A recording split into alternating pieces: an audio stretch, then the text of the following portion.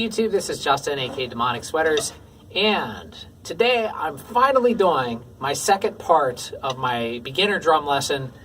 It has been like probably 2.5 years or 3 years since the upload of the last one, and I really apologize for that, and I also apologize for the reflection on my glasses. It's just, I'm in a very small room, and I only have one place I can put the light, and only one place I can put the camera where you guys can see everything, so until I figure out something else, this is basically how it's going to be. But, okay, so if you haven't watched my original drum lesson for the absolute beginner, go ahead and watch that. I'll post a link for it down below. And now this series is for the absolute beginner. If you're advanced at all, you're probably going to want to skip this because it's going to be boring. But you might want to, I don't know, maybe you'll pick up a couple of things from it. If you are already intermediate or a little bit ahead. So it's up to you. Anyway, the last lesson, first what I did is I went over the whole drum set and talked about what everything is and showed you how to set up and how to sit and hold the sticks and all of that. What I didn't talk about was sticks themselves, like what you can use, different types of sticks. The stick that I use is actually, this is a synthetic stick. It's a Aquarian X10. Made out of graphite and plastic, basically. Now, a lot of people hate these things, and I actually love them. The reason why, well, there's a couple of reasons. One, they don't dry out my hands the way wood does. And let me see if I have a wood stick around here somewhere. Oh, yeah, here we go. This is a rock knocker, but that's something else entirely. But anyway, wood, you know, it's porous, and when you play, it dry, you know, basically absorbs all the moisture out of your hand. Graphite doesn't do that. Now, the sound is a little different and the feel is a little different, but you get used to them. And once you get used to them, they're great and they last forever. But that's not really what this lesson is about. But you have a lot of different options as far as sticks. Now, beginners usually, most people recommend a beginner play with a heavier stick, like a 2B. 2B, like basically the lower the number, the heavier the stick is going to be. And the higher the letter, the thicker. One of them is the length and the other one's thickness. I can't remember. But so 2B is going to be bigger and heavier than a 5A. A 5B will be bigger and heavier than a 5A. So if that makes sense. 7A is going to be thinner than all of those. So as you have an A and then you have 7. And then so basically the higher the number, the lighter it's going to be. Just remember that. And so 2B is a good one to start with if you're brand new to drumming. 5B is probably the most common stick that is used by a lot of people. That's what these are. They're a 5B, and that's probably my favorite size drumstick. And it's just kind of like right in the middle. It's very useful for a lot of different things.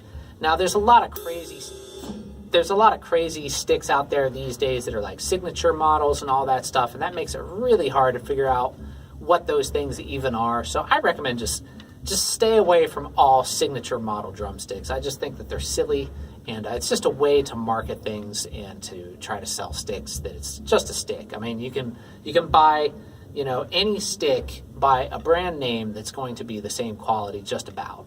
I tend to not recommend to buy really cheap sticks because a lot of times those will break very quickly and they just don't feel very good, and a lot of times they'll be bent and warped and stuff like that. So try to get, you know, a name brand like ProMark or Vic Firth or Aquarian if you want to get some of these. I'll post a link to these down below if you want to get one for yourself.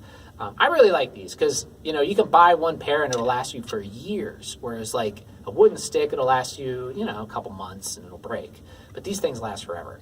But so okay, so we went over sticks, and the last lesson, what I had talked about was a beat that I called 4 on the floor, which is just your basic rock beat like this.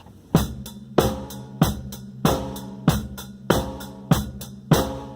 if we count that out, 1 and 2 and 3 and 4 and 1 and 2 and 3 and 4. So let's go ahead. I'm going to teach you another beat. We're going to move on past that. But before we do, I wanted to mention a couple of things. Because the last lesson I didn't mention it, but it is a good idea to start learning how to read as soon as you start playing. Now, I know a lot of people are going to be like, oh God, you know, we have to read, but it's really not that hard for drums. It's a lot easier than a lot of other things. And a great book to get started with this is the Hal Leonard. This is the complete edition, but there's also Drum Set Method Volume 1 and Volume 2, but this one has them both in one book, and it's pretty affordable. I think, I forget what it was, $10 or something, but I'll post a link for this down below as well, and I'll go over some of this with you guys too, but not everything out of that book because I have some other things that I want to show you. But okay, so when you're getting into reading, now I'm going to show you a few things here.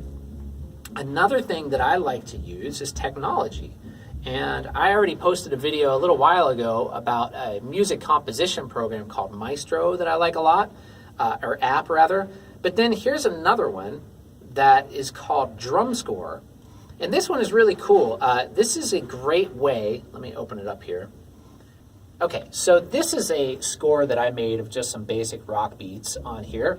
And what's really cool about this is you can actually use the little drum set down here on the bottom to tap out the rhythms that you want to write, and then it will basically transcribe them for you in notation. I don't know if you can see that, but it is really useful. And this is a great way to learn how to read drum music. And it does write them pretty accurately as far as I've been able to tell. So yeah, this is a great way to learn, as well as the complete edition, the Hal Leonard book. And then the last thing that I recommend is getting your own notebook, just a blank notebook. And the reason for this is if you actually write them down by hand, if you can see, that will improve your abilities greatly, because the way that you can do this is basically you can use a combination of the book, the app, and then use those, read out of the book, create ones on your app with by doing it yourself, and then write them down. The more different ways you approach reading and writing music, the faster you're going to learn it. Because if you actually write it by hand, you'll be like, oh, that's what this is. And it makes you comprehend things a lot more than you would if you're just looking at it in a book or if you're just looking at it on the app. So I recommend doing all of those things, and that's what I do. And I was out of all reading and writing and all of that for many, many years, just because I hadn't done it for a long time. And recently got back into it, and this is what I've been doing, and it's working great. Like, it's getting me really caught up and up to speed on this stuff very quickly. So anyway, let's move on to our second beat. And now when I do these, I'm going to play the beat, and then I'm going to write it up on the screen for you guys to see. So here we go. Let me turn on my other camera down here so you can see my bass drum. All right, so now for your second beat, I'm going to play it first, and I'm going to explain it. So here we go.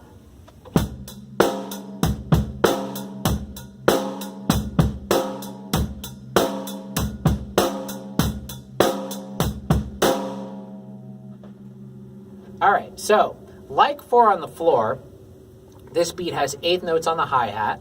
1 and 2 and 3 and 4 and 1 and 2 and 3 and 4.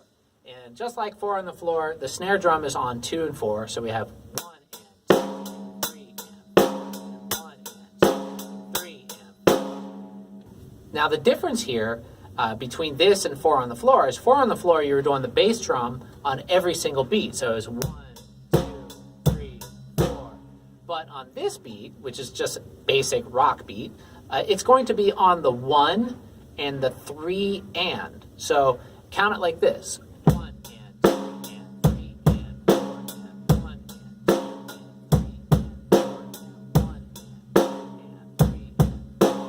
So you can hear that the bass drum is just 1, 2, 3 and 4. 1, 2, 3 and 4. 1, 2, 3 and 4. And that's it. So let's go ahead and try it together. 1, 2, 3, 4. 1 and 2 and 3 and 4 and 1 and 2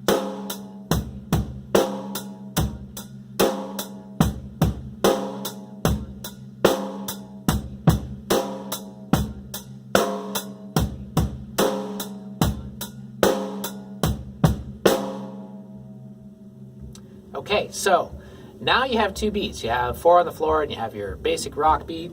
Let's go ahead and put a fill at the end of that basic rock beat.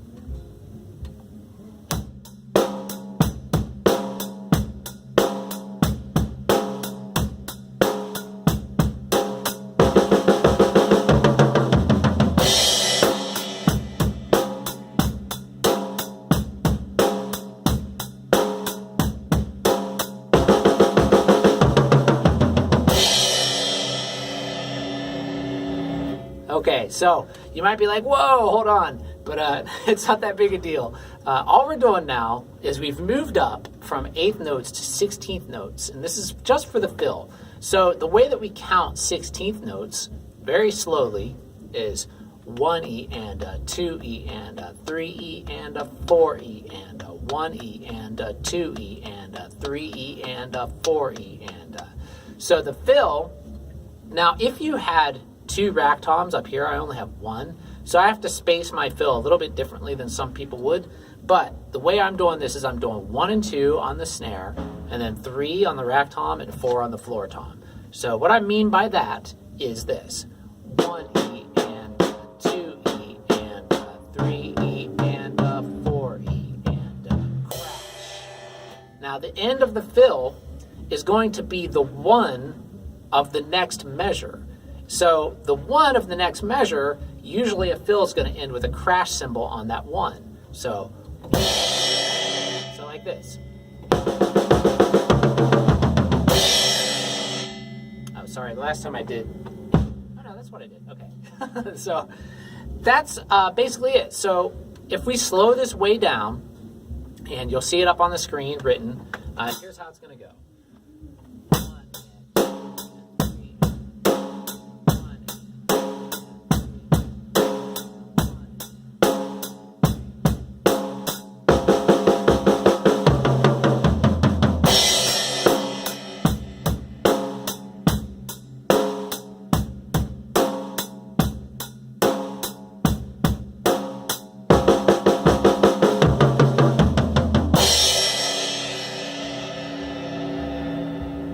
All right, so now you have your second beat as well as a fill to use in that second beat. You can also use that fill in the first beat that I show you, which would go like this.